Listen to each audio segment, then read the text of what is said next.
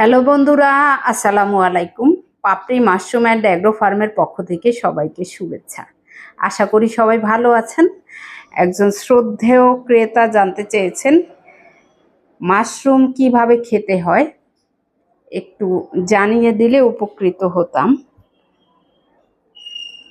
Fresh mushroom আপনি যে কোনোভাবেই খেতে পারেন।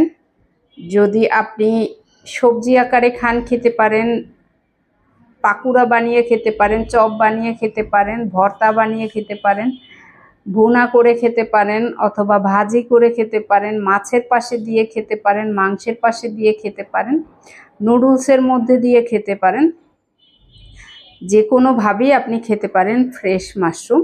আর যদি আপনি শুকনা মাশরুম খান, সেক্ষেত্রে শুকনা মাশরুমটা গরম পানিতে 10 মিনিট ভিজিয়ে রেখে তারপরে সেই মাশরুমটা তুলে যে কোনোভাবে আপনি খেতে পারেন।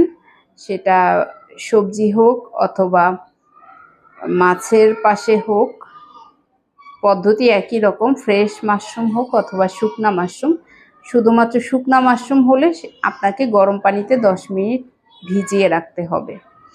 এছাড়া আপনি যদি পাউডার খান, ঠিক যে কোনো রান্নার মধ্যে মশলার মতো করে দিয়ে খেতে পারেন অনায়াসে। আশা করি ভিডিওটি দেখে আপনি নিজেও উপকৃত হবেন। ভালো থাকুন, সুস্থ থাকুন এবং নিজ ঘরে ঘরে মাশরুম চাষ করে নিজের পুষ্টির চাহিদা মিটিয়ে তুলুন।